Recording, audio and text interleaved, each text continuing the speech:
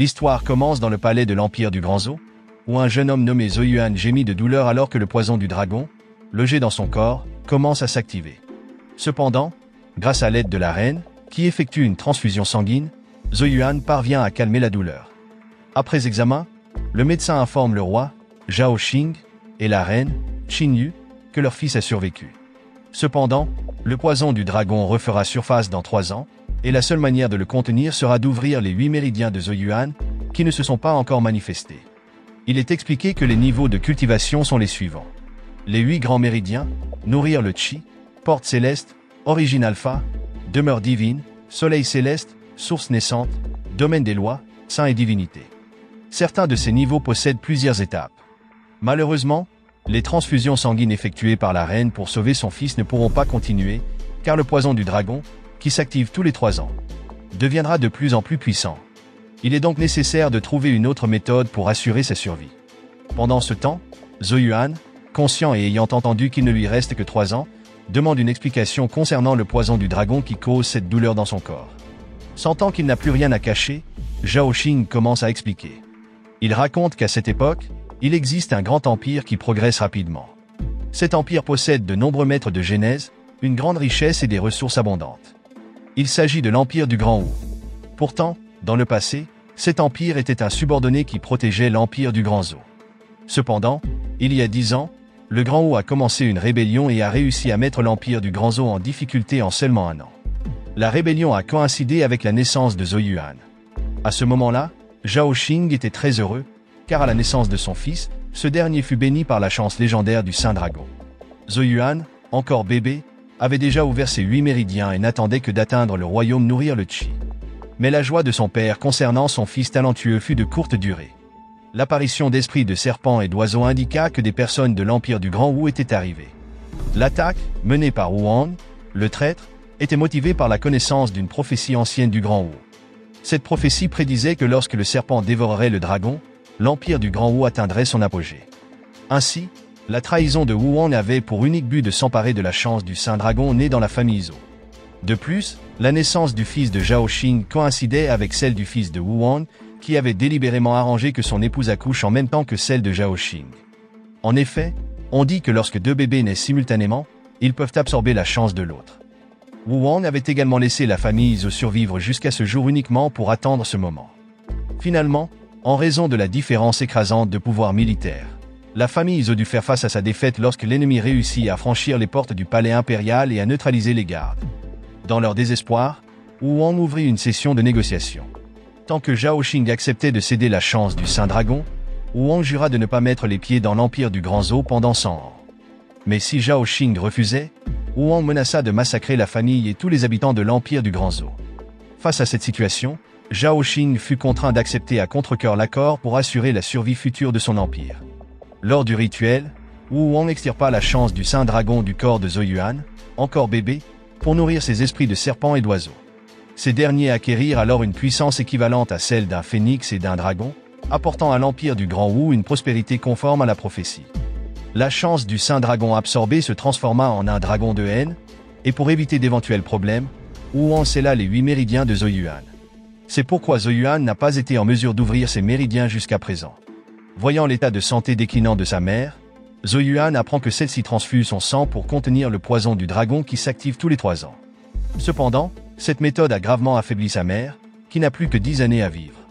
Pour prolonger la vie de sa femme, Zhao Xing cherche depuis longtemps un trésor ayant cet effet, mais il n'en a pas encore trouvé. De son côté, Zoyuan est déterminé à devenir maître de genèse et à devenir plus fort.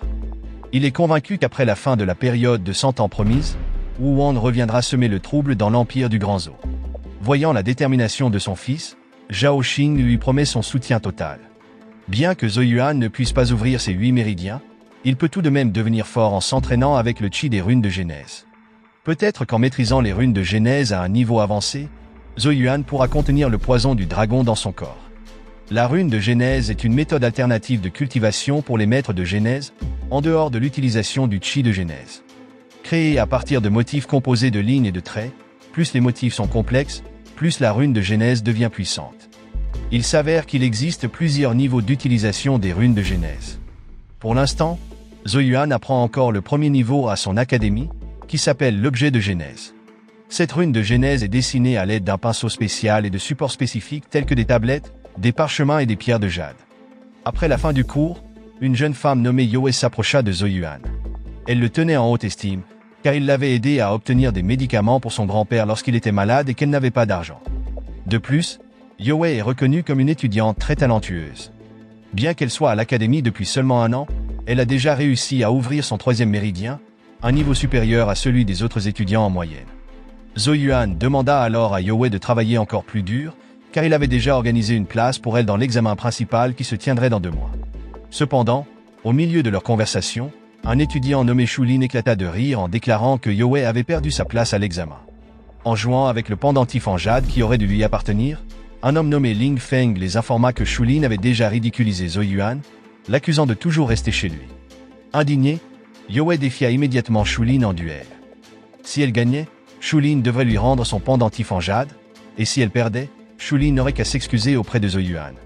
Malheureusement, lors du combat, Yohei perdit car Shulin utilisa une arme de Genèse de manière inattendue.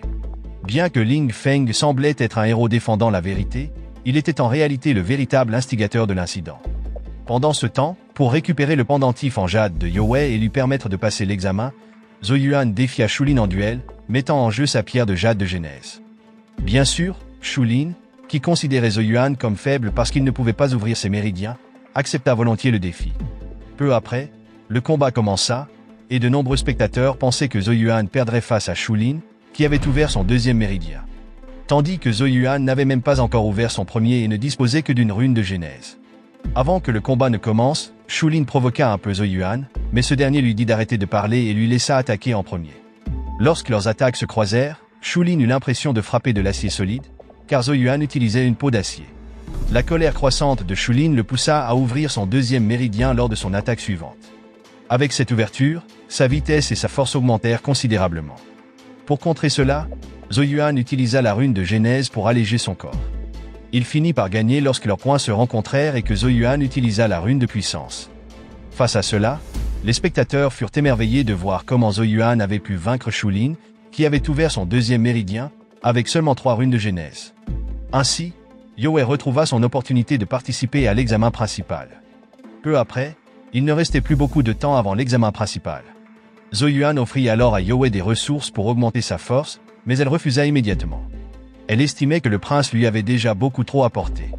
Zhou-Yuan avait été celui qui l'avait amené à cet endroit et avait changé son destin. Yohei ne voulait plus dépendre de lui, et Zhou-Yuan, comprenant cela, changea rapidement de sujet.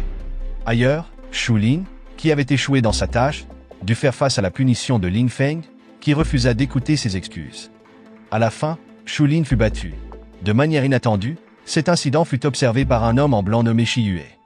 Pendant ce temps, dans la salle secrète des terres ancestrales de la famille Zhou, Zhou-Yuan et son père, Zhao Xing, étaient présents. On disait qu'un secret caché dans cet endroit permettait d'augmenter considérablement la force de ceux qui le déverrouillaient, ouvrant ainsi une ère de prospérité pour la famille Zhou. Cependant, Zhao Xing était perplexe, car depuis des générations, personne dans la famille Zhou n'avait réussi à percer le mystère de cet endroit. Zhou-Yuan laissa tomber une goutte de son sang sur le sol, ornée de motifs épais et complexes, mais rien ne sembla se produire immédiatement. Cependant, peu après, le sang de Zhou-Yuan fut soudainement absorbé, activant une formation ancienne. Cela déclencha de grandes pierres qui libérèrent plusieurs éclairs jaunes en direction de Zhou-Yuan. Pris de panique, Zhao Xing supposa qu'il s'agissait peut-être d'un test que son fils devait subir et qu'il ne pouvait pas intervenir. Car Zhou-Yuan se trouvait désormais dans une formation impénétrable. L'intensité des éclairs jaunes dirigés contre lui augmenta progressivement. Bien qu'il fût abattu après avoir reçu plusieurs coups, Zhou-Yuan se releva. Il sentait qu'il ne pouvait pas mourir ici, car il avait encore un rôle important à jouer dans l'empire du Grand Zhou. Se relevant à nouveau, cette fois, Zhou-Yuan ne tenta pas d'éviter les éclairs mais les accepta tous. L'immense flux d'énergie provoqua une explosion. Étrangement, après cette explosion, Zhao Xing ne retrouva pas le corps de son fils, car Zhou-Yuan avait été projeté dans un autre monde. Peu de temps après avoir été transporté dans cet endroit inconnu, Zhou-Yuan fut approché par une femme nommée Yao Yao, qui le laissa émerveillé. Lorsque Zhou-Yuan se présenta, Yao Yao ne répondit pas. Cependant, la présence de Zhou-Yuan dans ce lieu correspondait à ce qu'une figure, appelée vieil homme par Yao Yao, avait prédit. Alors qu'elle s'apprêtait à partir, Yao Yao invita Tun Tun, un animal, à rentrer avec elle. Au début, Zhou Yuan pensait que Tun Tun n'était qu'un petit animal mignon et ordinaire, mais il se révéla bien plus puissant lorsqu'il montra une partie de sa force. En plus de prendre Tun Tun, Yao Yao proposa également à Zhou Yuan de les accompagner, en expliquant qu'il risquait de manquer une grande opportunité s'il refusait. En arrivant chez elle, Zhou Yuan rencontra un vieil homme nommé Chang Yuan. Dans son esprit, Chang Yuan savait qu'il ne lui restait plus beaucoup de temps, mais la signification exacte de ses paroles restait inconnue. Après avoir observé Zhou Yuan d'un regard perçant, Chang Yuan le reconnut immédiatement comme un enfant ayant possédé la chance du Saint Dragon. Malheureusement, cette chance avait été volée et transformée en un dragon empoisonné rempli de haine. Réalisant que le vieil homme devant lui n'était pas une personne ordinaire, Zhou Yuan se présenta comme un membre de la famille Zhou. Une fois de plus, Chang Yuan comprit rapidement que Zhou Yuan cherchait une aide pour résoudre le problème de ses méridiens toujours scellés. Pour Zhou Yuan, bien qu'il n'ait rien de spécial à montrer pour l'instant, il était convaincu que le vieil homme l'attendait pour lui offrir son aide. Soudain, Chang Yuan attrapa Zhou Yuan et lui demanda quelles étaient ses qualifications pour mériter une telle attente. Comme auparavant, Zhou Yuan sentit que Chang Yuan connaissait déjà la réponse. Il répondit donc sans crainte, et Chang Yuan le relâcha. Il s'avéra que Chang Yuan voulait tester Zhou Yuan, mais cela ne semblait pas avoir fonctionné. Cependant, selon Yao Yao, le corps de Zhou Yuan avait tremblé violemment, ce qui montrait qu'il avait réprimé sa peur en présence de Chang Yuan. Après cela, Chang Yuan révéla qu'il pouvait effectivement aider Zhou Yuan à ouvrir ses 8 méridiens. Toutefois, une condition devait être remplie. Zhou Yuan devait emmener Yao Yao hors de cet endroit et la protéger. Apparemment, Chang Yuan s'apprêtait à partir, ce qui rendait impossible pour Yao Yao de rester là. Bien que Zhou Yuan fût encore faible, Chang Yuan croyait qu'il pourrait, à l'avenir, devenir suffisamment fort pour protéger Yao Yao. Après un moment de réflexion, Zhou Yuan accepta la proposition de Chang Yuan. Même s'il manquait encore de force, Zhou Yuan jura de protéger Yao Yao au péril de sa vie si quelqu'un tentait de lui nuire. Une fois l'accord conclu, Chang Yuan utilisa une partie de sa puissance pour déchirer un espace dimensionnel sous Zhou Yuan, le faisant tomber dedans. Le monde dans lequel Zhou Yuan se retrouva ressemblait à un lieu rempli de branches d'arbres et avait une ambiance terrifiante. Peu de temps après avoir erré, Zhou Yuan fut soudainement attaqué par une créature noire-rouge. Il la détruisit en utilisant la rune de puissance. Cependant, après l'avoir vaincu, Zhou Yuan eut l'impression que ses méridiens et son âme étaient érodés. Le combat ne s'arrêta pas là, car 2 autres créatures similaires apparurent. Zhou Yuan les vainquit à nouveau sans trop de difficultés. Mais de manière inattendue, d'autres créatures étranges continuèrent à apparaître en nombre croissant. Alors que ses ennemis sans fin épuisaient son énergie, Zhou Yuan décida de sortir par la déchirure dimensionnelle d'où il était entré. Cependant, cette tâche était loin d'être facile, car Zhou Yuan devait se frayer un chemin à travers les ennemis bloquant son passage. Après un long parcours, Zhou Yuan était encore loin de la sortie, et les effets de la rune qu'il utilisait s'épuisaient presque. De plus, un serpent émettant une énergie de haine apparut et l'attaqua. Zhou Yuan détruisit le serpent à coups de poing, mais son corps se transforma en énergie de haine, érodant davantage l'âme de Zhou Yuan. Avant d'être complètement consumé, Zhou Yuan raffermit sa volonté, décidé à éliminer le mal qui menaçait ceux qu'il aimait. Lorsque Zhou Yuan reprit connaissance, Chang Yuan lui demanda de ressentir l'état actuel de son corps. Suivant ses instructions, Zhou Yuan réalisa que ses 8 méridiens étaient désormais apparus. Il s'avéra que l'endroit où Zhou Yuan avait été était la mer de sa conscience, plus précisément la zone autour de ses méridiens scellés. Chang Yuan expliqua alors que les méridiens de Zhou Yuan s'étaient formés dès sa naissance. Cependant, à cause d'un incident passé, ces 8 méridiens s'étaient retirés dans la partie la plus profonde de son corps pour se protéger. C'est pour cette raison que Zhou Yuan ne pouvait pas les sentir jusque-là. Apparemment, la seule manière de les activer véritablement était de mettre Zhou Yuan dans des situations critiques, obligeant ses méridiens à s'activer automatiquement. Comme auparavant, si ces méridiens ne s'étaient pas activés, Zhou Yuan serait déjà mort. Si c'était la seule solution, Zhou Yuan était prêt à prendre le risque tant qu'il obtenait les résultats escomptés. Chang Yuan lui adressa alors quelques éloges, mais le mit en garde de ne pas se réjouir trop vite. En effet, les méridiens de Zhou Yuan s'étaient ouverts, mais seulement brièvement, et maintenant ils étaient de nouveau scellés. Pour les rouvrir, Zhou Yuan devrait utiliser une méthode beaucoup plus exigeante que celle employée par la plupart des gens. D'un autre côté, même si Zhou Yuan échouait à ouvrir ses méridiens, cela ne poserait pas un trop grand problème. Par exemple, Yao Yao, pour des raisons spéciales, ne peut pas utiliser du tout le chi de Genesis. Cependant, sa compréhension des runes de Genesis est déjà à un niveau très élevé. Ainsi, Yao Yao pourrait devenir une enseignante pour Zhou Yuan dans ce domaine à l'avenir. D'après les paroles de Chang Yuan, Zhou Yuan comprit que bien qu'il ait l'opportunité d'ouvrir ses méridiens et de cultiver Il lui faudrait beaucoup de temps avant de pouvoir vraiment protéger Yao Yao. Pendant sa période de faiblesse, Zhou Yuan ne voulait pas que ce soit Yao Yao qui finisse par le protéger à la place. Comprenant son intention, Chang Yuan souleva Zhou Yuan avec son pouvoir et envisagea de lui donner un entraînement sur une technique de culture de chi pouvant l'aider à progresser. Cette technique s'appelait la technique de respiration du dragon, et elle fut immédiatement transférée dans son corps. De plus, Chang Yuan remarqua que Zhou Yuan avait déjà utilisé une rune de Genesis. Il lui demanda alors s'il s'y intéressait également. Il s'avéra que Zhou Yuan avait une certaine compréhension des runes de Genesis, ce que Chang Yuan considéra comme un bon point. Cela l'amena à examiner l'âme de Zhou Yuan dans le but de lui transmettre une technique de formation de l'âme. Le transfert de compétences effectué par Chang Yuan permit à Zhou Yuan de comprendre instantanément une technique appelée Primal Chaos Divine. En outre, comme premier cadeau entre maître et disciple, Chang Yuan lui offrit une arme de Genesis appelée le stylo Tian Yuan. Cet objet appartenait au niveau saint, un fait qui surprit grandement Zhou Yuan. En principe, les armes de Genesis sont divisées en 3 niveaux, Xuan, Ciel et Saint. Même la lance enflammée de son père était seulement au niveau Xuan supérieur, tandis que le stylo Tian Yuan était au niveau le plus élevé. Malheureusement, ce stylo avait subi de lourds dommages lors d'une bataille et n'était plus très puissant. Cependant, si Zhou Yuan parvenait à lui offrir les âmes de bêtes de Genesis, la puissance du stylo se rétablirait progressivement. Lorsque ces 9 motifs seraient activés, sa puissance en tant qu'arme de Genesis de niveau saint rendrait son utilisateur extrêmement puissant. Après avoir donné à Zhou Yuan tout ce dont il avait besoin, Chang Yuan espéra qu'il pourrait se revoir un jour, si possible. Quant à Yao Yao, il lui remit un pendentif en jade et l'a mis en garde. Si jamais ce jade brûlait, cela signifierait qu'il l'avait retrouvé. Malheureusement, Chang Yuan n'expliqua pas qui étaient ces mystérieux îles. Il insista simplement sur le fait que Zhou Yuan devait s'assurer que Yao Yao ne libère pas et n'utilise pas son chi de Genesis. Si cela arrivait, un désastre les frapperait. À partir de cela, Zhou Yuan conclut que Yao Yao devait avoir une identité extraordinaire. Cependant, pour l'instant, il n'avait pas besoin d'enquêter davantage. Ensuite, Chang Yuan demanda soudainement à Yao Yao, Tun Tun et Zhou Yuan de quitter les lieux. Il ajouta qu'il était possible qu'ils ne se revoient jamais. Avant de partir, Zhou Yuan promit de faire tout son possible pour protéger Yao Yao, quoi qu'il arrive. Puis, ils furent envoyés par Chang Yuan dans le monde où Zhou Yuan vivait. Peu de temps après le départ de Zhou Yuan, un vortex orageux apparut dans le ciel, accompagné de la descente de 3 puissantes entités dans une explosion massive. Leur arrivée fut si choquante que l'un d'eux qualifia Chang Yuan de grand empereur. Il était évident qu'ils n'étaient pas là pour une simple visite, car ils exigèrent immédiatement que Chang Yuan leur remette cette personne ou fasse face à la mort. En entendant cela, Chang Yuan éclata de rire et les défia, curieux de savoir qui périrait en premier. Ainsi, Chang Yuan dévoila sa puissance, une énergie dorée émanant des motifs runiques sur tout son corps. Une bataille intense s'ensuivit. Le combat entre ces puissantes entités se déroula même dans l'espace, détruisant des planètes voisines.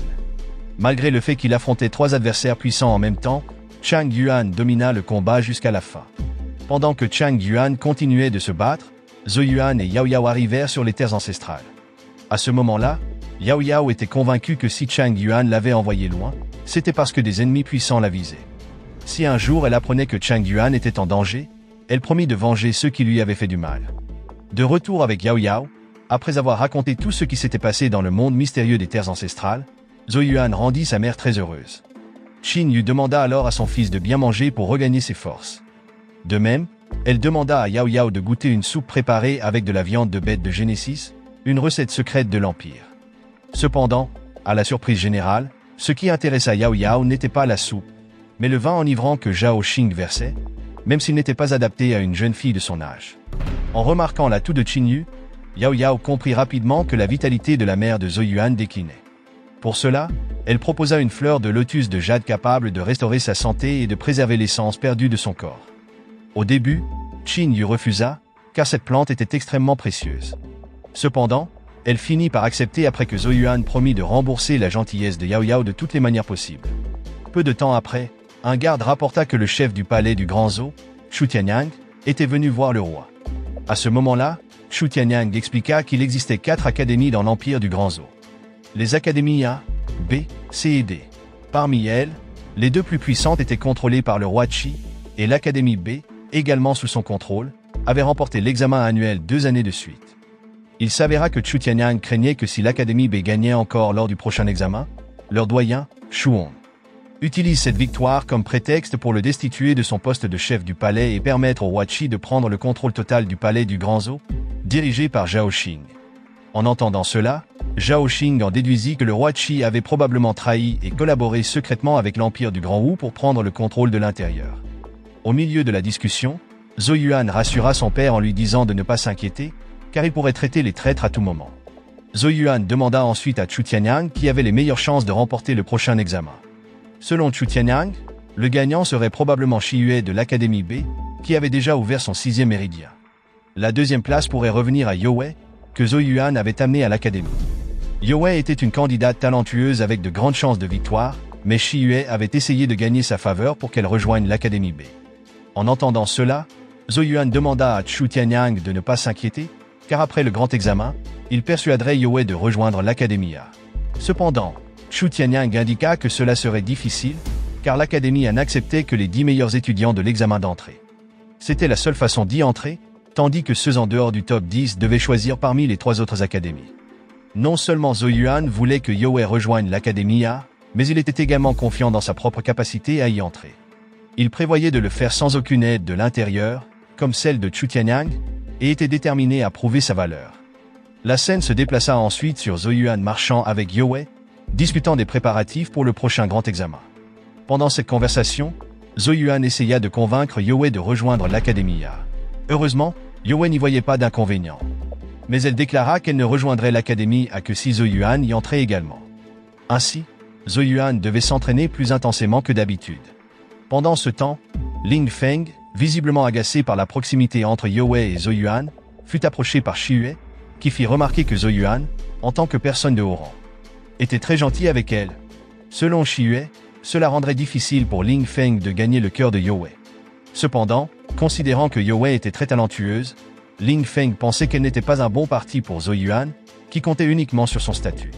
Shi Yue acquiesça, ajoutant que Zhou Yuan semblait inutile et qu'il ne méritait pas d'être au même endroit que Ling Feng. Sans son statut de prince, il serait regrettable de voir quelqu'un d'aussi talentueux que Youwei s'intéresser à quelqu'un d'aussi insignifiant que Zhou Yuan. Apparemment, Shi Yue avait également invité Youwei à rejoindre l'Académie B, mais elle avait déclaré qu'elle irait seulement là où Zhou Yuan irait.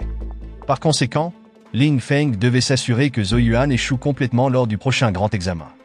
De cette façon, Youwei pourrait se tourner vers lui. D'après Ling Feng, vaincre Zhou Yuan serait facile, mais le problème était que les adversaires lors de l'examen seraient jumelés selon leur niveau. Cela signifiait que Ling Feng affronterait probablement Zhou Yuan. De manière inattendue, Shi Yue avait arrangé l'examen de telle sorte que si Zhou Yuan remportait les 2 premiers tours par chance, Ling Feng l'affronterait au 3e tour. Shi Yue proposa également son aide à Ling Feng, à condition que ce dernier rejoigne ensuite l'Académie B. Après le départ de Shi Yue, Ling Feng espéra ne pas rencontrer Zhou Yuan pendant l'examen, car il comptait l'humilier à vie. En préparation de l'examen, Zhou Yuan s'entraîna en utilisant la technique d'absorption du dragon donnée par Chang Yuan. Cette technique, adaptée aux humains, impliquait d'absorber le chi de Genesis provenant du ciel et de la terre. Pour la maîtriser, Zhou Yuan devait d'abord pratiquer la technique des 98 dragons forgés. Après plusieurs mois d'entraînement, Zhou Yuan sentit que ses efforts portaient leurs fruits, car il avait réussi à apprendre la technique d'absorption du dragon. À proximité, Yao Yao, détectant une erreur dans la technique de Zhou Yuan, demanda à Tun Tun de démontrer la véritable technique d'absorption du dragon. Apparemment, Tun Tun n'était pas un animal ordinaire, car il pouvait également utiliser la technique adaptée aux humains. Zhou Yuan fut impressionné par ce qu'il vit, tandis que Yao Yao lui demanda d'observer et de comparer ses mouvements avec ceux de Tun Tun lors de l'utilisation de la technique. D'un simple regard, Zhou Yuan put voir que la différence résidait dans la respiration. La clé de la technique d'absorption du dragon était une parfaite combinaison d'inspiration et d'expiration, ce qui déclenchait la puissance de la technique. À ce moment-là, les mouvements de Tun Tun étaient clairement supérieurs à ceux de Zhou Yuan, car il pouvait débuter et terminer la respiration de manière fluide et parfaite, générant une puissance bien supérieure. En guise de paiement pour l'enseignement du maître Tun Tun, Zhou Yuan lui offrit une assiette pleine de viande de Genesis. Pendant ce temps, Zhou Yuan continua son entraînement sous la supervision de Yao Yao. Après avoir ajusté ses mouvements, Zhou Yuan reçut pour instruction de canaliser le chi de Genesis qu'il avait absorbé dans ses méridiens. De cette manière, il pouvait progressivement ouvrir ses méridiens fermés. Malheureusement, cette méthode était quelque peu brutale, et il risquait d'endommager ses méridiens. Il devait donc rester prudent. Quand Zhou Yuan réussit à ouvrir son premier méridien, il ressentit une fatigue extrême. Yao Yao fut intrigué de le voir se relever presque immédiatement, sans montrer de signes d'épuisement et semblant encore plein d'énergie.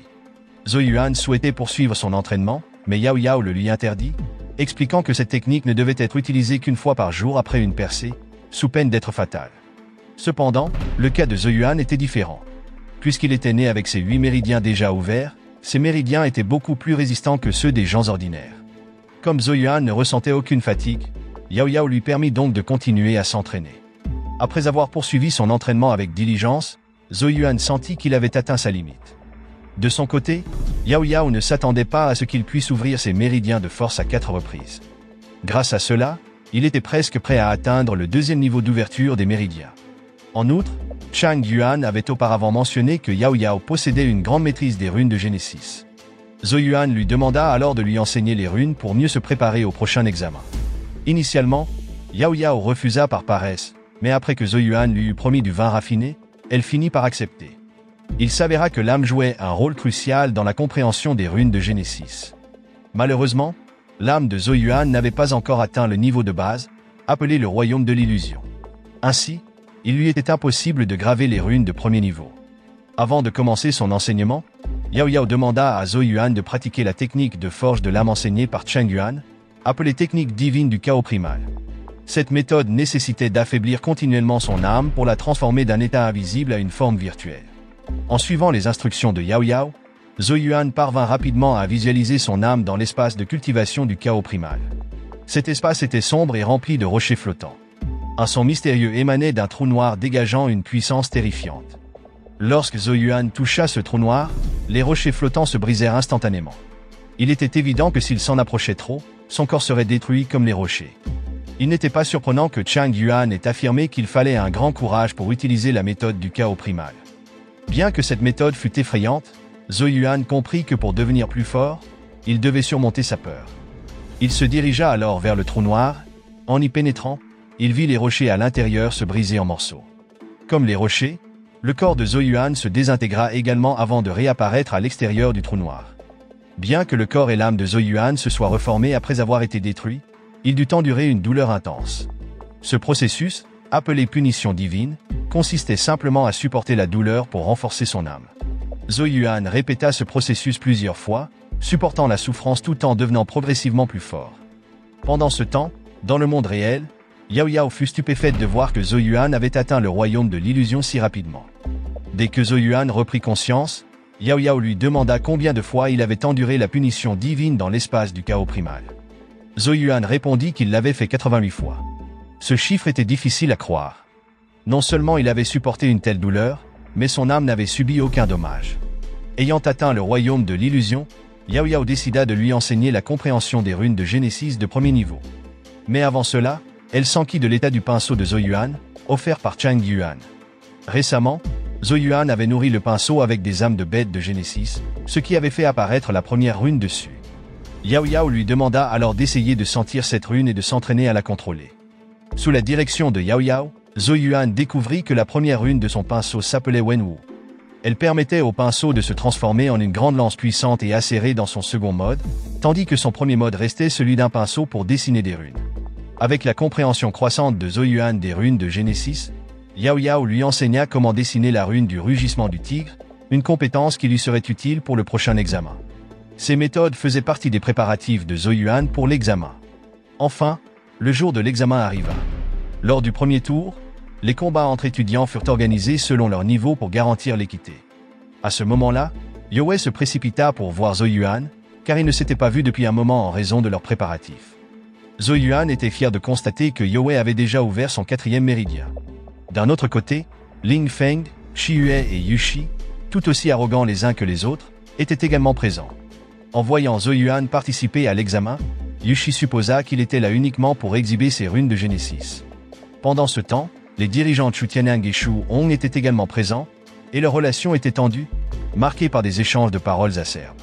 Lors du premier combat du premier tour, l'arbitre annonça que Zhou Yuan affronterait Bei Yuan. Beaucoup d'étudiants trouvèrent ce combat injuste, car Bei Yuan était le plus fort des étudiants, ayant ouvert son 3e méridien. Malgré les compétences de Zhou Yuan avec les runes de Genesis, il semblait impossible qu'il puisse vaincre Bei Yuan. Cependant, Zhou Yuan ne montra aucune peur et entra calmement dans l'arène. Le combat commença avec Zhou Yuan qui se contentait d'esquiver et de bloquer les attaques de Bei Yuan sans riposter.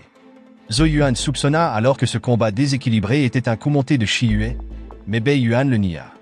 Incapable de vaincre Zhou Yuan, dont le corps était plus fort, Bei Yuan dut activer son troisième méridien pour continuer le combat. Les étudiants présents étaient certains que, malgré la force physique de Zhou Yuan, le combat serait terminé dès que Bei Yuan utiliserait son troisième méridien.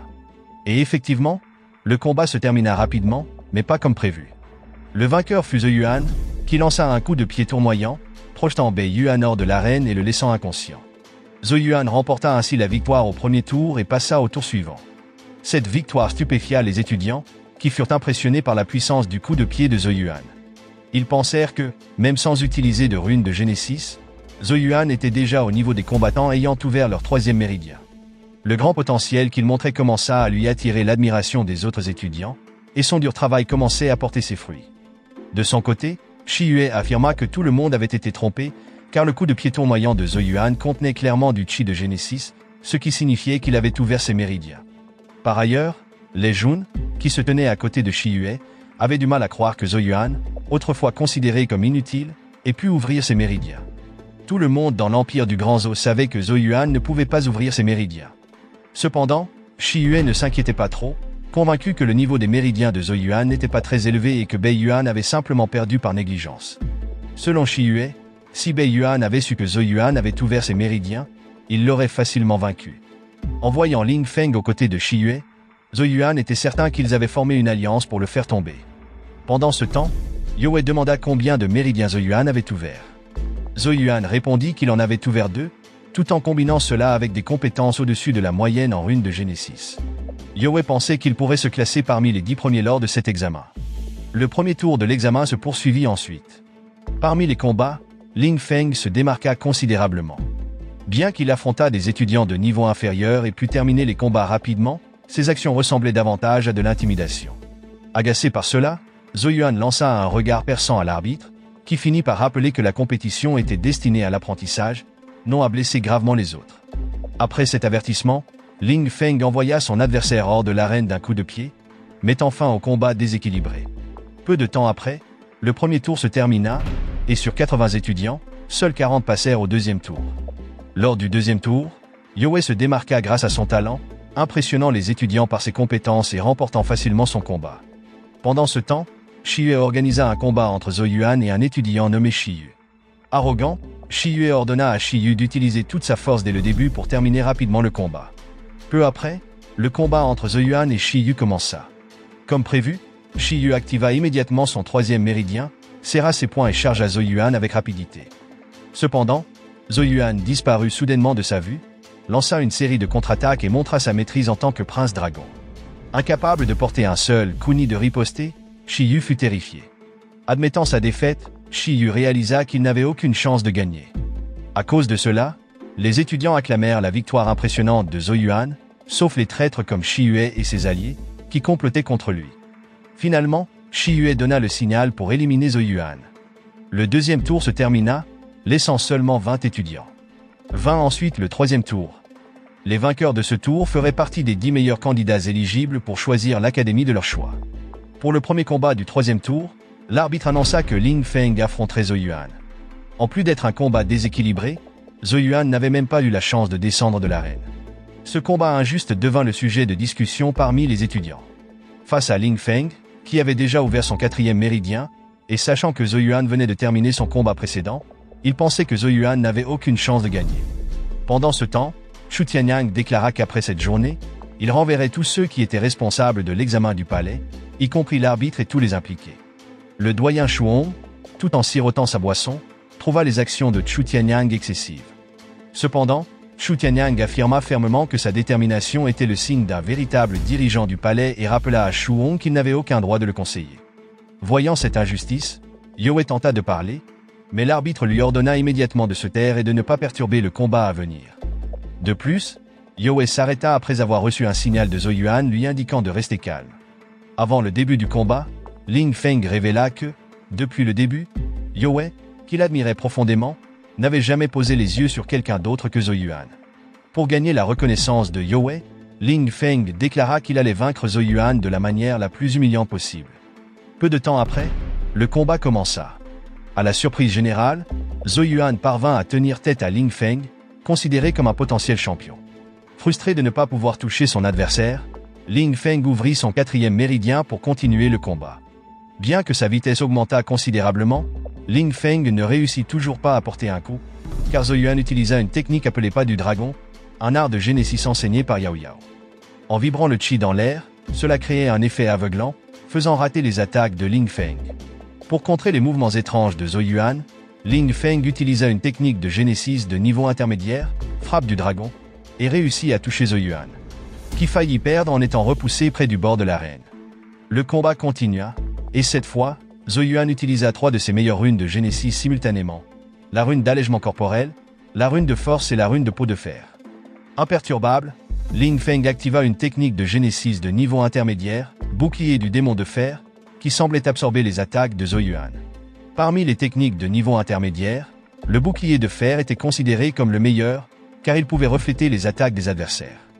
Grâce à cela, Ling Feng commença à dominer le combat. Pendant le combat, Ling Feng avait l'intention de faire perdre Zhou Yuan en utilisant sa propre force, assurant ainsi que sa honte serait connue dans tout l'Empire. Soudain, Zhou Yuan cessa de bouger, car la limite de temps de ses runes de Génésis était presque atteinte. Convaincu qu'il pouvait facilement vaincre Zhou Yuan sans l'aide des runes de Génésis, Ling Feng concentra son énergie dans sa paume et s'avança pour l'attaque finale. À la surprise générale, ce fut le moment parfait pour Zhou Yuan d'activer son 2e méridien. Un combat intense à coups de poing s'ensuivit entre eux, et contre toute attente, ce fut Ling Feng qui fut repoussé. Même avec seulement son 2e méridien, la puissance du dragon de Zhou Yuan était plus dominante. Pour achever le combat, Zhou Yuan utilisa une technique de génésis de premier ordre, rugissement du tigre, enseignée par Yao Yao, suivie de la technique d'absorption du dragon. Prise écrasante de montagne, exécutée en plein vol, qui rendit Ling Feng inconscient et l'expulsa hors de l'arène. Les étudiants furent une fois de plus émerveillés par la performance impressionnante de Zhou Yuan. De son côté, le doyen Shu Hong était perplexe, car la force montrée par Zhou Yuan semblait trop puissante pour quelqu'un qui n'avait atteint que le 2e méridien. Malgré le combat truqué en coulisses. Mais tous ses efforts furent vains. Chu Tianyang ordonna ensuite à l'arbitre d'annoncer la victoire de Zhou Yuan. Cet événement marqua le début du voyage du prince dragon pour reconquérir tout ce qu'il avait perdu dans l'empire du Grand Zhou. Pendant ce temps, Shi Yue quitta l'arène en colère, son plan ayant échoué. La scène se déplaça ensuite à la résidence de la famille Qi, où Shi Yue rapporta à son père, Xuan, que Zhou Yuan avait ouvert son 2e méridien et avait même réussi à vaincre Ling Feng, qui avait atteint le 4e méridien. Xuan admit qu'il était prévisible qu'un dragon tombé se relève et devienne fort, étant donné le chemin difficile que Zhou Yuan avait parcouru. Shi Yue demanda alors s'il devait signaler cela à l'Empire du Grand Wu, mais Xuan répondit qu'il n'y avait pas besoin de le faire, car l'Empire était actuellement en guerre avec d'autres régions. Comme la chance du Saint-Dragon avait été prise par le Grand Wu, il ne restait à Zhou Yuan que le poison du dragon de la haine. Xuan pensait également que retirer le poison du dragon serait très difficile et qu'il n'avait pas à s'inquiéter de quelques étudiants qui devraient aller à l'Académie B mais iraient à l'Académie A, à la place. Pendant des années, Xuan avait conçu un plan que Zhao Xing ne pourrait pas contrecarrer, et un garçon qui venait d'ouvrir 2 méridiens, comme Zhou Yuan, avait peu de chances de changer la situation ou de perturber ses plans. Pour lui, l'essentiel était que Shi Yue obtienne la première place à l'examen annuel, ce qui affaiblirait davantage la position de Zhao Xing dans l'Empire, lui permettant finalement de prendre le contrôle du roi. Xuan était confiant dans sa réussite et, pour Zhou Yuan, il prévoyait de l'écraser afin que le prince dragon ne puisse jamais se relever. En rejoignant l'Académie A, 3 nouveaux élèves arrivèrent, dont Yue et Zhou Yuan. Dès leur arrivée, Zhou Yuan reçut un accueil officiel de la part des étudiants en raison de son statut élevé. Cependant, Zhou Yuan demanda à ses aînés de le traiter normalement et de l'appeler par son nom, mettant de côté son origine. À ce moment-là, un étudiant nommé Yang Ze se montra enthousiaste à l'idée que Zhou Yuan rejoigne l'Académie A. La performance impressionnante de Zhou Yuan, montrée auparavant, s'était répandue dans toute l'Académie, et Yang Ze pensait que l'Académie A deviendrait encore plus forte à l'avenir. Peu après, une étudiante hyperactive nommée Sun Shuxue fut très excitée d'apprendre que Zhou Yuan et Yue rejoignaient l'Académie A. En réalité, Sun Shuxue était arrivée tôt le matin pour accueillir les 3 nouveaux étudiants, surtout parce que Yue était considérée comme la plus belle étudiante parmi eux. Un peu plus tard, Chu Tianyang fit son apparition. Après une longue période sans nouveaux élèves talentueux, Chu Tianyang pouvait enfin accueillir 3 nouveaux membres. Il annonça donc son intention d'augmenter l'intensité des entraînements pour ses élèves. Cette annonce soudaine suscita de nombreuses plaintes, car cela signifiait que les élèves allaient devoir dépenser davantage d'énergie pendant leurs entraînements, ce qui les préoccupait beaucoup. Selon Chu Tianyang, seuls Yang Ze et Sun Xueshui avaient réussi à ouvrir leur 5e méridien, tandis que les autres étaient encore en dessous de 4 méridiens. Si personne n'atteignait le 6e méridien d'ici la fin de l'année, l'Académie B resterait en tête. Cela entraînerait une baisse du statut de l'Académie A dans l'Empire et aurait un impact significatif sur la situation au palais du Grand Zhou. Ainsi, Chu Tianyang encouragea ses élèves à travailler plus dur que ceux de l'Académie B pour ramener l'Académie A à la première place. Pour commencer leur entraînement, il décida de l'organiser à la cascade de Jade. La cascade de Jade était considérée comme un trésor de l'Empire du Grand Zhou. Au sommet de la cascade se trouvait une pierre de jade pourpre qui libérait une énergie abondante en continu à travers l'eau. Cette énergie pouvait être absorbée par les gens pour les aider à ouvrir leurs méridiens. L'aura émise par le jade pourpre était à la fois chaude et humide, et même lorsqu'elle atteignait sa limite, elle ne causait aucun dommage aux méridiens. Pour soutenir l'entraînement des élèves, Chu Tianyang invita également 2 maîtres des runes de Genesis du palais. Il exhorta donc les étudiants à ne pas gâcher cette opportunité rare. Avant de commencer l'entraînement, les élèves s'alignèrent en file pour recevoir la rune de concentration des maîtres des runes. Grâce à cette rune, ils pourraient absorber l'énergie du jade pourpre plus efficacement. Pendant ce temps, Zhou Yuan emmena Youe devant la cascade de jade, ce qui l'a surpris puisqu'il ne faisait pas la queue comme les autres étudiants pour obtenir la rune de concentration. En réalité, Zhou Yuan pensait qu'ils avaient suffisamment de temps libre et décida d'utiliser cette opportunité pour explorer davantage la cascade. Sans hésiter, Zhou Yuan sauta dans la grotte derrière la cascade. Dès qu'il entra, il sentit la forte pression de l'énergie du jade pourpre circulant dans l'eau. Cette puissance se faisait ressentir profondément dans ses méridiens.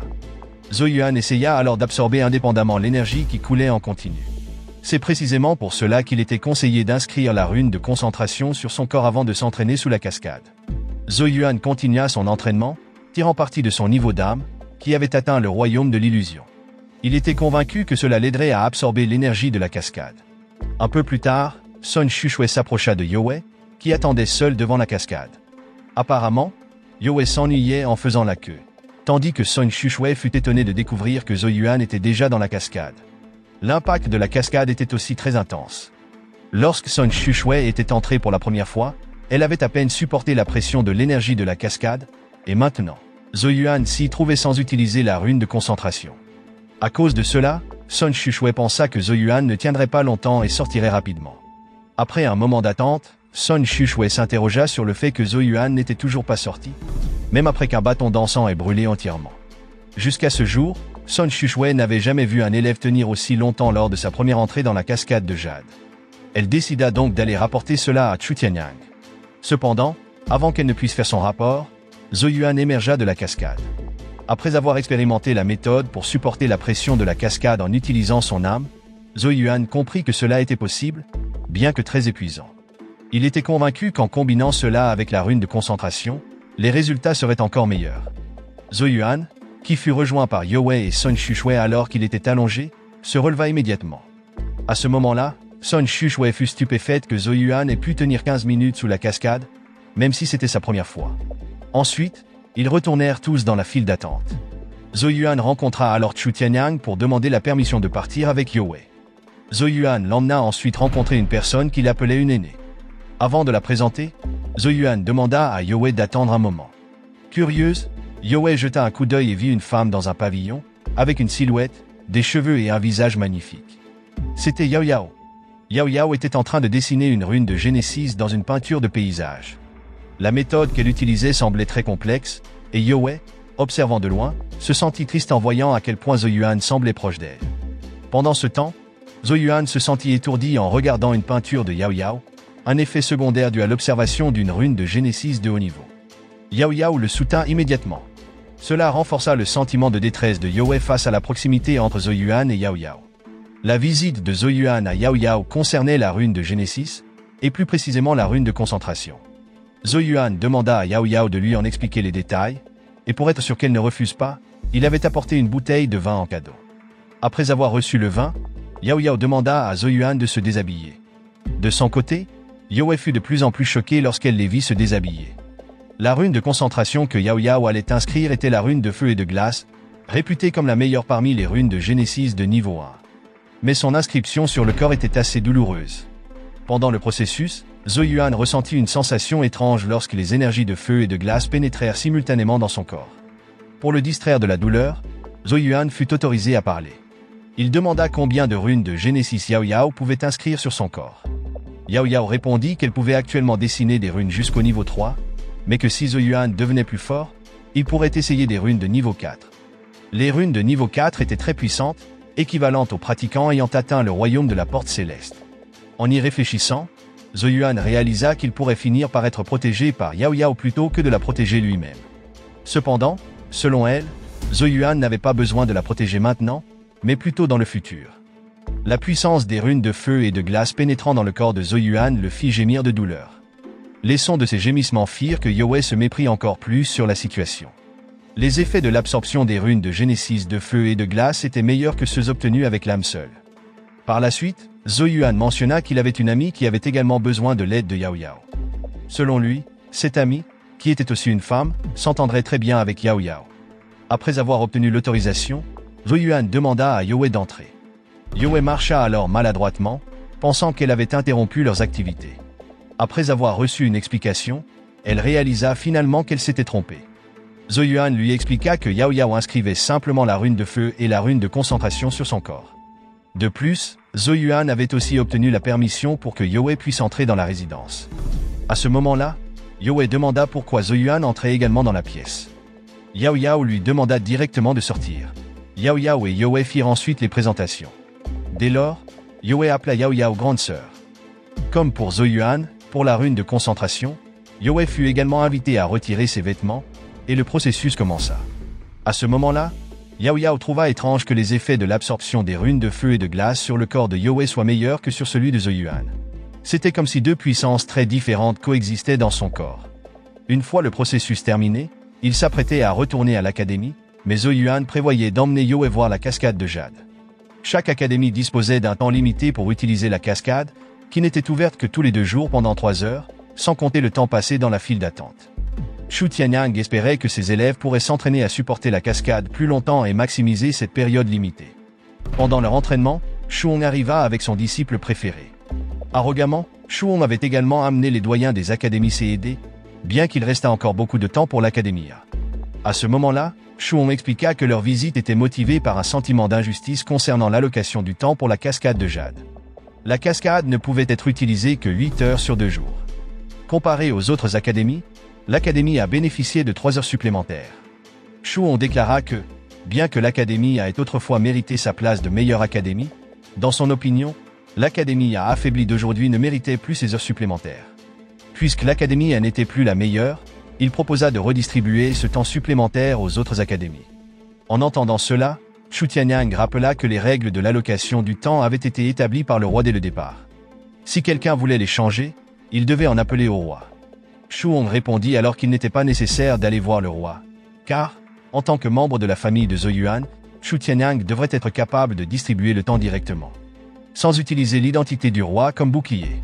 Cette déclaration mit encore plus en colère Xu Tianyang, comme si Shuong ignorait complètement le rôle du roi. Pendant ce temps, pour mettre la pression sur Shuong, Xu Tianyang montra sa force, ayant atteint le niveau de la porte céleste. L'énergie rouge de 2e niveau qu'il émettait effraya les étudiants, car il était prêt à utiliser des mesures forcées. Shuong, ne voulant pas être en reste, démontra également son pouvoir de glace. De son côté, pendant leur voyage vers la cascade de jade, Zhou Yuan ressentait que les runes de feu et de glace créées par Yao Yao étaient très puissantes, ce qui lui donnait une sensation de lourdeur dans le dos. Il s'avéra que cette sensation était due à l'espiègle Tun Tun. Tout au long du voyage, Tun Tun était resté sur le dos de Zhou Yuan sans qu'il ne le remarque. Le malicieux Tun Tun donna même un petit coup léger au visage de Zhou Yuan pour éviter sa colère.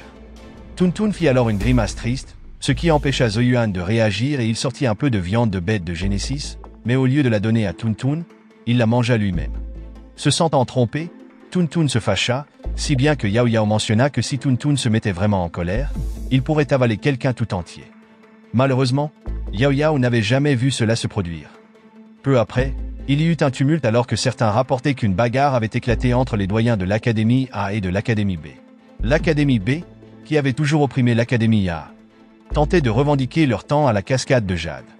En arrivant à la cascade de jade, l'affrontement de pouvoir entre Xu Tianyang et Shuong se poursuivait, bien qu'aucun des deux n'ait encore commencé à se battre. Cependant, la pression des pouvoirs qu'ils émettaient affectait déjà la zone environnante. Pour apaiser la situation, les doyens des académies Séédé prirent la parole. Étant donné que les deux individus avaient atteint le royaume de la Porte Céleste, ils craignaient qu'un combat ait un impact négatif sur la cascade de jade. C'est pourquoi les autres doyens demandèrent à Chu Tianyang et Shu Hong d'arrêter immédiatement. Après avoir activé leur pouvoir, Chu Tianyang affirma fermement qu'il n'accepterait jamais la demande unilatérale de Shu Hong concernant l'allocation du temps d'entraînement à la cascade de jade. Pendant ce temps, Shi Yue expliqua que la proposition de Shu Hong ne visait pas seulement l'Académie A, mais tous les étudiants du Grand Palais de Zhou. Par le passé, l'Académie A était effectivement l'académie la plus favorisée et méritait le temps supplémentaire exclusif. Malheureusement, cela appartenait au passé, et maintenant l'Académie A avait considérablement décliné, rendant injuste qu'ils aient trop de temps d'entraînement là-bas. En tant que dirigeant du palais et doyen de l'Académie A, la décision de Chu Tianyang était jugée irrationnelle par Shi Yue et nuirait à l'entraînement des autres étudiants plus compétents. Shi Yue ajouta aussi que les étudiants de l'Académie A étaient incompétents et ne feraient que gaspiller les ressources.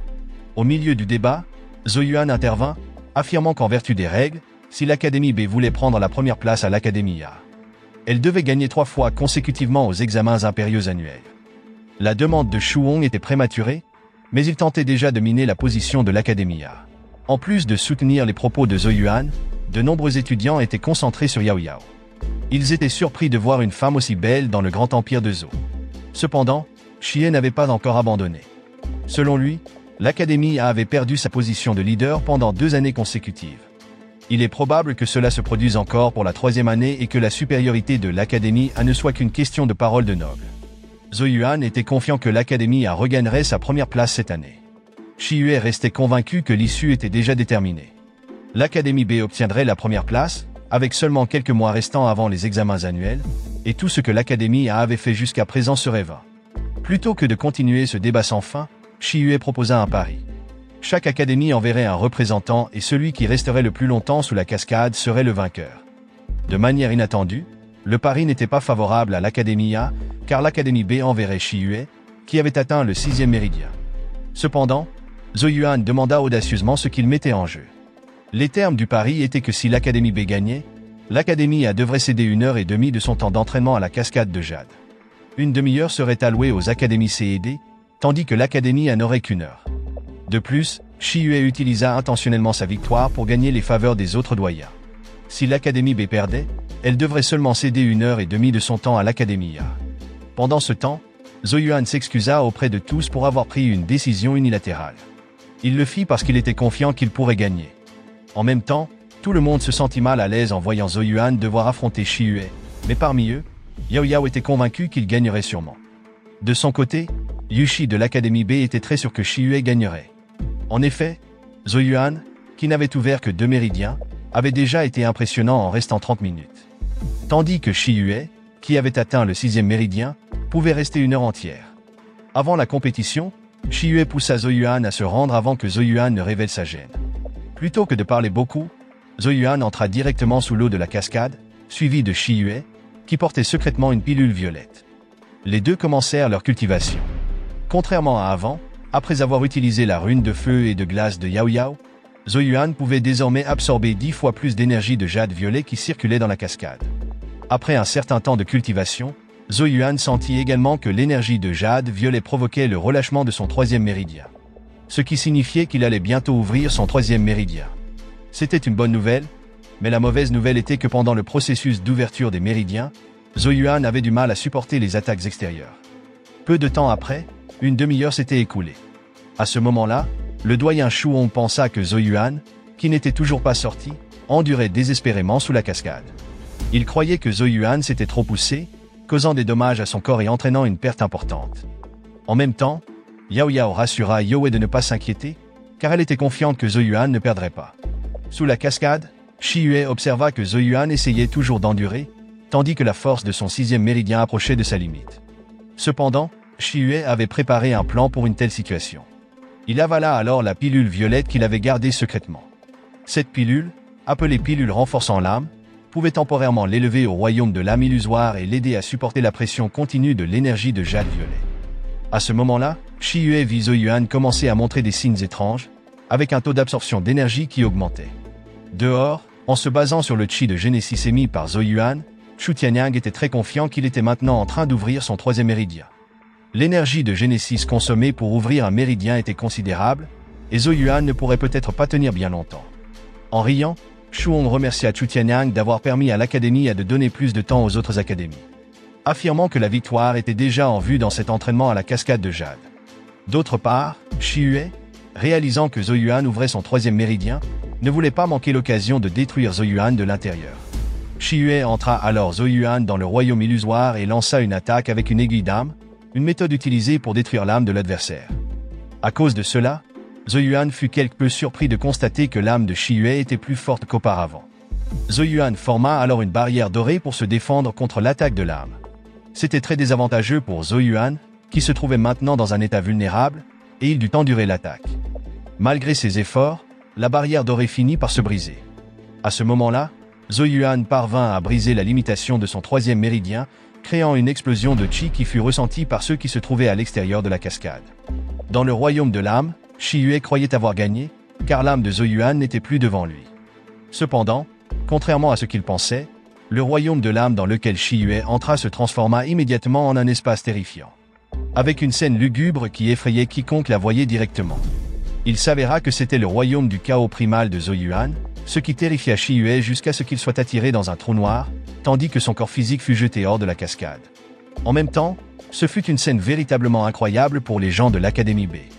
Peu après, Zhou Yuan émergea de la cascade, se sentant plutôt bien. Zhou Yuan demanda également au doyen Shu Hong d'annoncer immédiatement le vainqueur, car le résultat était déjà déterminé. Reconnaissant la défaite et respectant les règles établies par l'Académie B elle-même. Les étudiants de l'Académie B étaient quelque peu agacés par Shi Yue pour avoir perdu dans son propre pari, et ses actions avaient eu un impact négatif sur leur entraînement. Malheureusement, Yushi de l'Académie B, qui n'était pas prêt à admettre la défaite, affirma que Zhou Yuan devait avoir triché et lança des accusations sans preuve claire. Le doyen Shu Hong soutint également cela, exprimant sa surprise que Zhou Yuan ait triché et osé même nuire à Shi Yue. Calmement, Zhou Yuan informa Chu Tianyang que Shi Yue avait utilisé une aiguille d'âme pour l'attaquer en premier. Et ce qui était arrivé à Shi Yue maintenant était une conséquence de ses propres actions. Contrairement à Yushi qui portait des accusations sans fondement, Zhou Yuan avait des preuves solides. À savoir la marque sur le front de Shi Yue montrant l'utilisation d'un sceau de rune d'âme de niveau 1, permettant à son âme d'entrer temporairement dans le royaume de l'âme illusoire. À cause de cela, les actions honteuses de Shi Yue devinrent un sujet de discussion parmi les étudiants, qui étaient surpris qu'une personne ayant atteint le 6e méridien ait recours à de telles méthodes sournoises. Yushi, entendant les commérages parmi les étudiants, partit en portant Shi Yue inconscient, frustré. Chu Tianyang remercia également le doyen Shu Hong pour avoir généreusement donné 1h30 supplémentaire de temps d'entraînement à l'Académie A. Avant de partir, Zhou Yuan demanda à Chu Tianyang d'allouer la demi-heure supplémentaire qu'ils avaient reçue aux académies C et D. En entendant cela, Chu Tianyang accepta. Ainsi, Zhou Yuan réussit à obtenir le soutien de ceux qui avaient précédemment soutenu l'Académie B. La scène se déplaça ensuite vers la résidence de Shi Yue. Après avoir subi une défaite dans le concours d'endurance à la cascade de Jade, Shi Yue lança des objets autour de sa chambre, en colère. Peu après, Yushi vint l'aider à calmer sa colère. Yushi lui dit que la victoire de Zhou Yuan était simplement due au royaume de l'âme et à la chance. Si leur force physique était comparée, Shi Yue aurait facilement gagné. Il s'avéra que Shi Yue était très contrarié, car la réputation qu'il avait construite avec tant de peine au sein du grand palais de Zhou avait été ruinée par Zhou Yuan. À cause de cela, Yushi poussa Shi Yue à rester calme, lui suggérant que ce qu'il devait faire maintenant était de détruire Zhou Yuan lors de l'examen impérial annuel, afin qu'il ressente ce qu'il ressentait à cet instant. La scène se déplaça ensuite à la cascade de Jade. Depuis que Shi Yue avait été vaincu par Zhou Yuan, les étudiants de l'Académie A s'entraînaient encore plus intensément. Avec l'augmentation du temps d'entraînement à la cascade de Jade, le taux d'ouverture des méridiens parmi les étudiants avait considérablement progressé. Bien sûr, tout cela était grâce à Zhou Yuan. En même temps, une lumière violette scintillait derrière la cascade, indiquant que quelqu'un avait réussi à ouvrir un méridien. Il s'agissait de Youe, la femme considérée comme extrêmement talentueuse, qui venait d'ouvrir son 5e méridien. Ainsi, l'Académie a compté désormais 5 personnes ayant atteint leur 5e méridien. En entendant que Youe avait franchi sa limite, Zhou Yuan était déterminé à ne pas être en retard.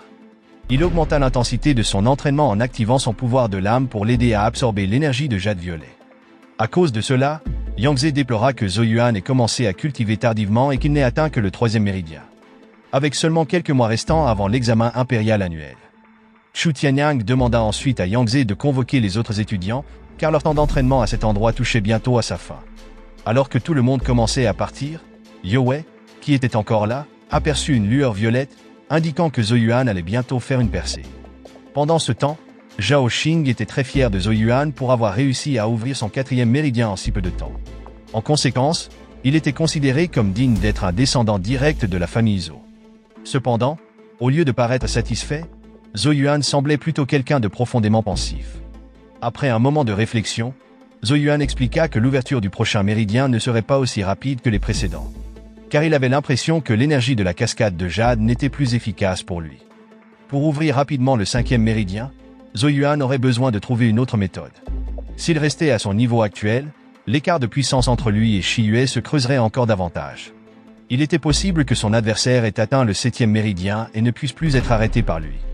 Face à ce problème, Yao Yao avait une solution pour accélérer l'ouverture des méridiens.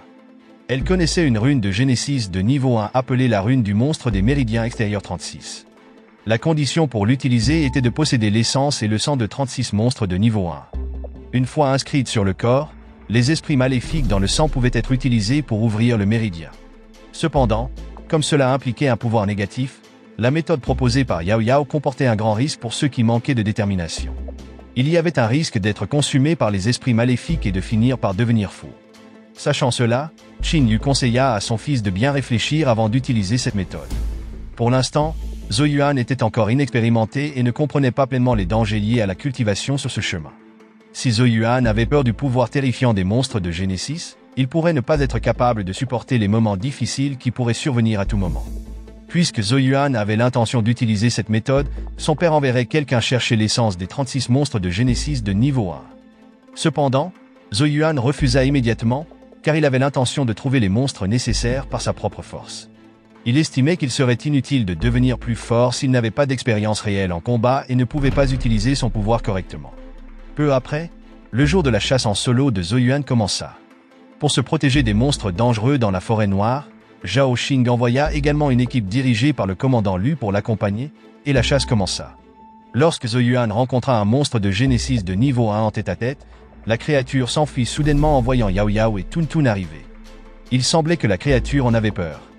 Après avoir marché un peu plus loin dans la forêt, Zhou Yuan installa leur camp près d'une rivière, car il avait l'intention de continuer la chasse. Zhou Yuan voulait demander à quelques personnes de garder Yao Yao à l'endroit, mais elle estima que ce n'était pas nécessaire. Elle croyait que les Tun Tun étaient amplement suffisants. Pendant ce temps, autour du palais du roi Qi, il y eut un tumulte car 2 voleurs avaient volé des objets précieux à l'intérieur du palais. Après avoir été poursuivis par plusieurs gardes, les 2 voleurs parvinrent à s'échapper. Il s'avéra que ces voleurs avaient été engagés par Shi Yue, car il exécutait maintenant un plan lié à l'entrée de Zhou Yuan dans la forêt noire. Peu après, un homme nommé Qi Ling rapporta que les voleurs engagés avaient réussi à échapper à la poursuite. Par conséquent, tout le monde allait bientôt apprendre qu'un trésor avait été volé du palais de Qi. Shi Yue donna alors l'ordre à Qi Ling de mener ses troupes vers la forêt noire pour capturer le voleur, qui n'était autre que Zhou Yuan, qu'il avait l'intention de détruire. Plusieurs jours passèrent, et Zhou Yuan combattait maintenant son 15e monstre de Génésis. Après avoir vaincu un monstre à cornes de Génésis, Zhou Yuan dut affronter un serpent de Génésis, qu'il exécuta facilement en lançant le second mode du pinceau Tian Yuan, faisant de lui son 16e monstre. Non loin de là, parmi les gardes impériaux de Zhou, il y avait aussi des gens de Shi Yue. À ce moment-là, Qi Ling reçut un rapport indiquant que les voleurs se dirigeaient maintenant vers leur cible. Et ce qu'il devait faire ensuite était de se rendre vers le commandant Lu et créer plus de perturbations là-bas. Cette nuit-là, alors que Yao Yao jouait dans la rivière, Zhou Yuan rentra chez lui portant sa chasse précédente. Au début de ses journées de chasse, Zhou Yuan revenait toujours avec des blessures, mais maintenant, il était devenu plus habile et n'était pas du tout blessé par les monstres. Yao Yao demanda alors à Zhou Yuan de prendre le sang et le cœur des monstres de Génésis qu'il chassait, car ces parties contenaient les esprits de monstres les plus puissants, ce qui l'aiderait à passer au niveau suivant des méridiens. Après avoir accompli la tâche, Zhou Yuan donna l'essence nécessaire à Yao Yao et continua sa chasse ailleurs. Pendant ce temps, les 2 voleurs engagés réussirent à échapper aux gardes lorsque l'attention des troupes du commandant lui fut détournée par Qi Ling et ses hommes. Qi Ling dit alors qu'il ne s'attendait pas à rencontrer le commandant Lu dans la forêt. Il expliqua aussi que la raison de son entrée dans la forêt était de poursuivre les voleurs qui avaient volé des trésors du palais de Qi. Pour le commandant Lu, l'explication de Qi Ling semblait ridicule, car il était inimaginable que quelqu'un ose voler dans le palais. Qiling mentionna également qu'il devait entrer dans la forêt parce que le roi Qi lui avait ordonné de récupérer le trésor volé et d'imposer une sévère punition aux voleurs. C'est pourquoi il espérait que le commandant Lu ne lui compliquerait pas la tâche. Le commandant lui précisa alors qu'il n'y avait personne dans la forêt à part le noble Zhou Yuan, qui était en train de s'entraîner. Même s'il devait se battre là, le commandant Lu engagerait le combat, car le comportement de Qiling était très suspect. Malheureusement, Qiling semblait jouer la comédie, ce qui mettait le camp de Zhou Yuan dans une position désavantageuse. De son côté, Yao Yao était toujours autour du campement avec Tun Tun près de la rivière. D'une autre direction, 2 voleurs l'observaient. L'un des voleurs ordonna à son subordonné de gérer Zhou Yuan seul, car il n'était qu'au 4e méridien. Le voleur estima que son subordonné était suffisant pour le combattre, tandis que l'autre voleur s'occuperait de Yao Yao. À contre-cœur, le subordonné accepta mais demanda à son ami de ne pas tuer Yao Yao trop vite, puis ils se séparèrent. Tun Tun, qui se reposait, se réveilla immédiatement lorsque le voleur s'approcha. À ce moment-là, Yao Yao demanda à Tun Tun de montrer un peu de ses crocs, mais le voleur n'eut aucune peur en voyant le petit animal comme Tun Tun essayait de l'affronter. De manière inattendue, lorsque le voleur tenta de marcher sur Tun Tun, celui-ci se transforma soudainement en une créature géante et terrifiante. Pendant ce temps, Zhou Yuan, qui venait de terminer sa 17e chasse, fut soudainement attaqué.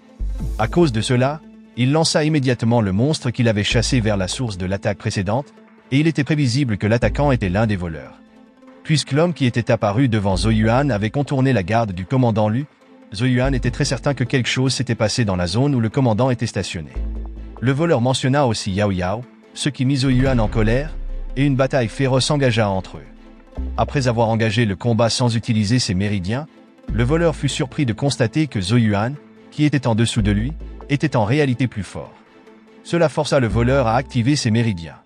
Pendant que le voleur utilisait la technique du pied noir de Genesis, Zhou Yuan employa la technique du fendeur de terre de Genesis. Il s'agissait d'une attaque de niveau intermédiaire de classe 5 Xuan, ce qui fit échouer la tentative du voleur d'exécuter sa technique, car il fut frappé par l'attaque de Zhou Yuan en premier. Ayant sous-estimé Zhou Yuan auparavant, le voleur était maintenant déterminé à se battre sérieusement. Il dégaina ses 2 épées et utilisa la technique de l'ombre du pas, se dirigeant rapidement vers son adversaire. Pendant ce temps, Zhou Yuan activa rapidement la technique du rugissement du tigre. De son côté, le commandant Lu, retenu par Qiling, entendit soudain le bruit de la rune du rugissement du tigre, ce qui indiquait que Zhou Yuan était en difficulté. Quant à Qiling, il considérait que sa mission était accomplie. Morale de l'histoire: toujours attendre son tour et ne pas couper la file. Sinon, vous pourriez finir par vous retrouver avec une cascade de problèmes et une réputation bien détrempée. Et souvenez-vous, si vous ne suivez pas les règles, vous pourriez finir comme le voleur qui a essayé de voler une sieste au lieu d'un trésor. Les deux ont fini par recevoir une surprise.